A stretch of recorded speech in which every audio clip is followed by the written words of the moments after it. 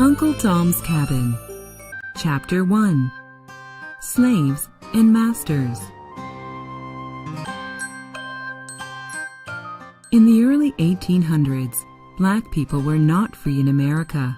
They were slaves. Rich white masters owned them. They used slaves to work on their farms. Many masters were terrible to their slaves, but some were kind. Master Shelby was one of them. Recently, his farm's business was poor. He borrowed a lot of money from the bank. The only way to pay his debt was to sell some slaves. He hoped to sell his best slave, Tom, for a high price. A slave trader named Mr. Haley came to buy Tom. Mr. Haley was a terrible man. He treated slaves like animals. "Tom is the best slave I have," said Master Shelby. "He is a good man who believes in God." "God does not care about blacks. They are not even men. I just want to buy Tom because he is a hard worker," said Mr. Haley. "But you want too much money for one slave. I'll pay the money you need if you give me a slave child, too." "Okay," agreed Master Shelby. "I hate to do it, but I have to save our farm. I'll give you little Henry. He will grow up to be a good slave." In the next room was a slave named Eliza. She was a beautiful woman with light skin. "Oh, my son, no!" she cried to herself. She heard Master Shelby and Mr. Haley talking to each other through the wall. She knew it would be terrible to lose her son. This woman had been taken from her mother when she was a little girl. Eliza's husband George ran away to Canada a few days ago. Blacks were free in Canada. George wanted to work and save money. Then he could buy Eliza and Henry from Master Shelby. But that would never happen if the bad man took Henry down south. Eliza picked up her son and hugged him. "Don't worry," she said softly. "If we trust in God, He will show us the way to freedom." Behind Master Shelby's large house was a small log cabin. This was a home for slaves. It was tiny, but the cabin was very warm inside. The smell of a freshly baked cake was in the air. At the table sat Uncle Tom and Johnny. Johnny was Master Shelby's son. He loved Uncle Tom and his wife, Aunt Chloe, very much. Now Johnny was teaching Uncle Tom how to read. The cabin was suddenly filled with their many happy children.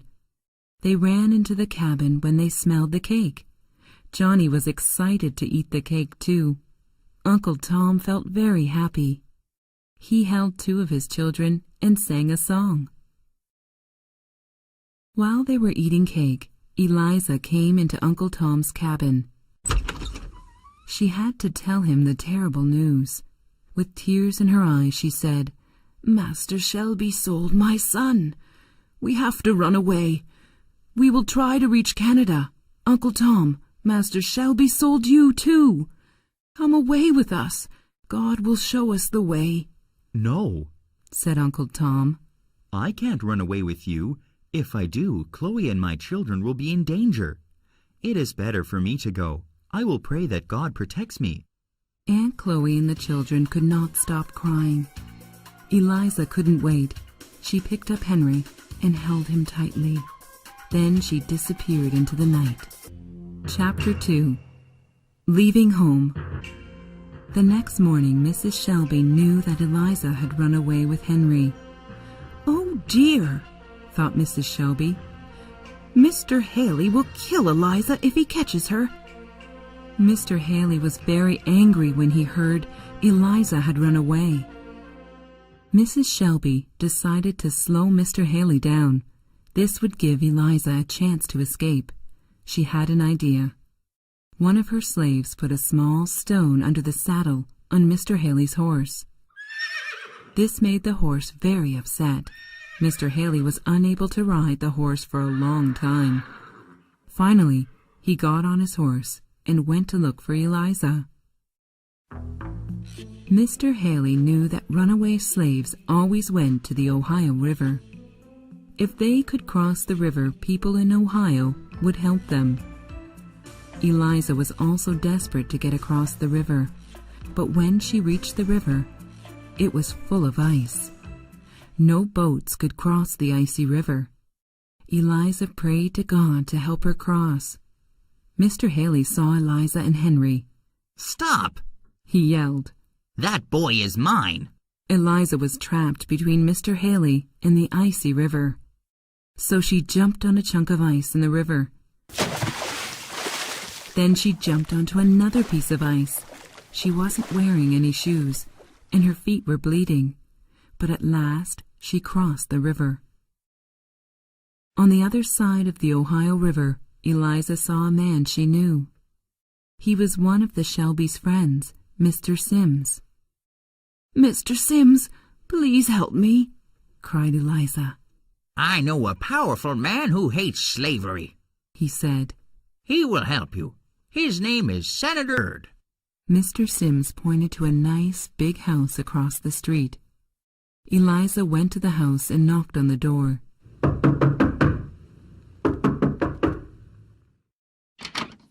Mrs. Byrd let Eliza in.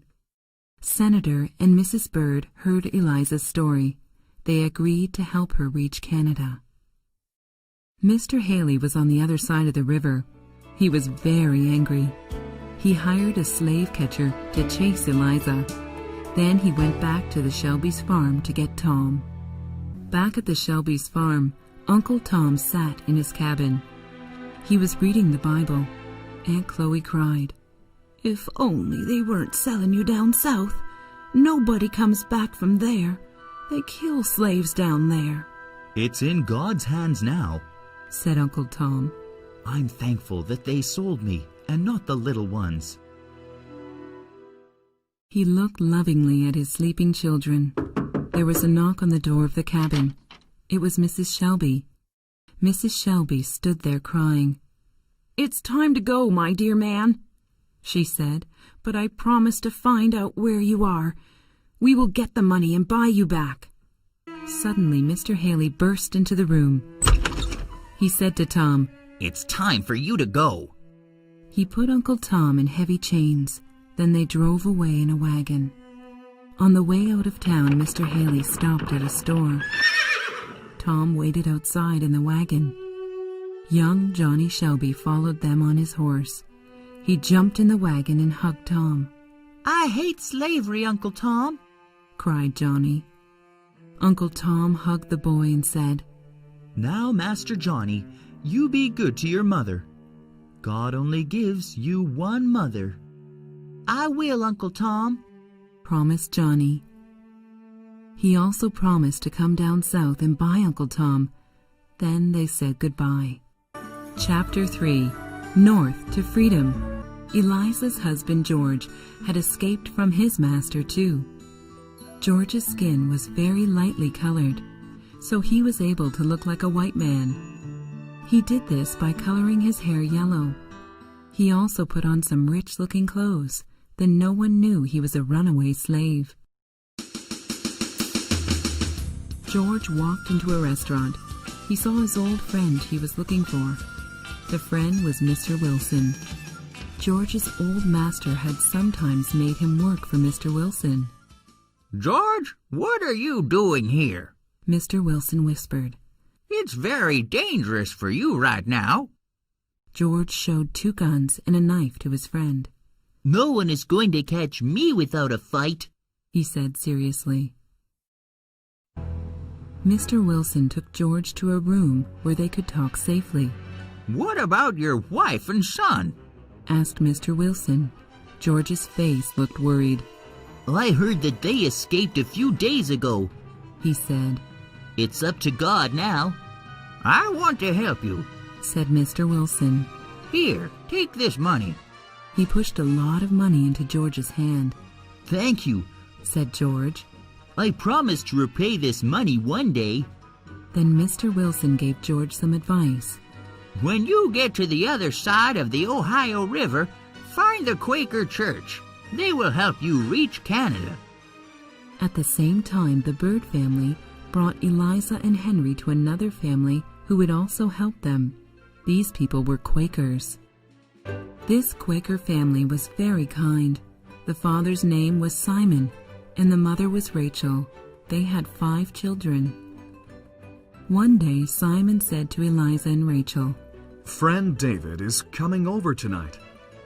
He is bringing someone special." Eliza was happy to hear good news. "Friend Eliza, the Lord has blessed you. Simon said very slowly. He has kept your husband safe." Eliza was shocked. She fell down when she heard this. The last words she heard were, "You'll see him tonight." When Eliza woke up, she saw George. He was in her room hugging her. Henry was next to them, still sleeping. Everyone was very happy. Eliza, George, and Henry felt very comfortable in the Quaker's home. One day, George told Simon that he was worried about him and Rachel. "I hope you will not be punished for helping runaway slaves. Friend George, if I have to go to jail, it's okay. Replied Simon. We do it for God and man."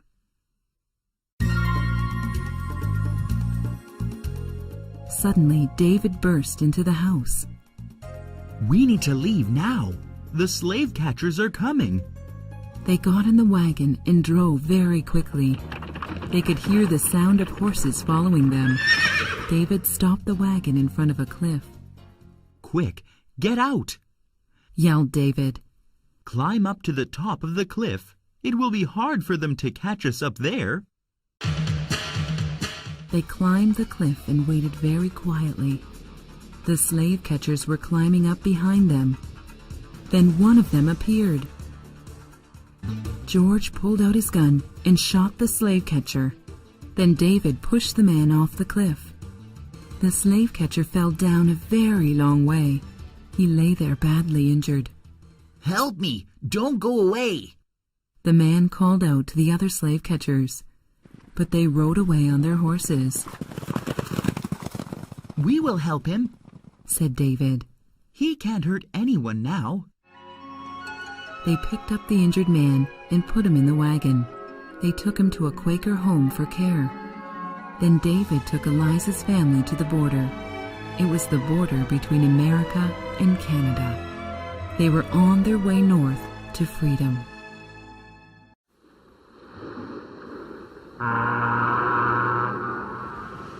Chapter